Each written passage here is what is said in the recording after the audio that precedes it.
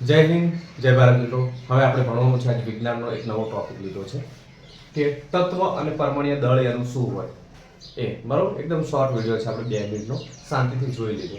બધા વિષયોમાં કામમાં આવશે. 10મા 11મા ધોરણમાં, 12મા ધોરણમાં, કોલેજમાં MA કરતા તો MA, BCom કરતા તો BComમાં કદાચ પૂછાતો હોય ખબર નહીં, પણ આટલે આર્ટ્સ વાળા માટે ઉપયોગી છે. બરાબર, ક્લાસ 3 બધી એક્ઝામમાં ઉપયોગી છે.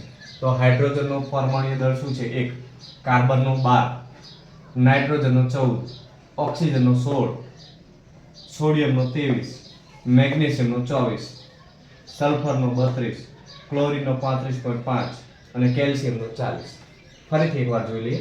હાઇડ્રોજનનો 1, કાર્બનનો 12, નાઇટ્રોજનનો 14, ઓક્સિજનનો 16. પરમાણ્વીય દળ આ કદાચ વધારે પૂછાય છે, જોડકા સ્વરૂપે પૂછાય. Sodium 23, magnesium 24, sulphur 32, chlorine 35.5, 35.5, calcium 40. તો આ હતા તત્વ અને એનું પરમાણુ દળ. બરાબર, તો વિજ્ઞાનમાં ખાસ ઉપયોગી થઈ શકે છે આ. અને વિજ્ઞાનનો કોઈ પ્રશ્ન હોય જોડકા સ્વરૂપે તો આ રીતે જોડકું આવી શકે તો તમે જોઈ કરી શકો. ક્લાસ 3 એટલે કે તલાટી, કોન્સ્ટેબલ, PSI, ક્લાર્ક બધામાં ઉપયોગી થઈ શકે. બરાબર, એટલે આ વિડીયો શાંતિથી જુઓ, 2 વાર જુઓ અને 1 માર્ક પાકો કરો.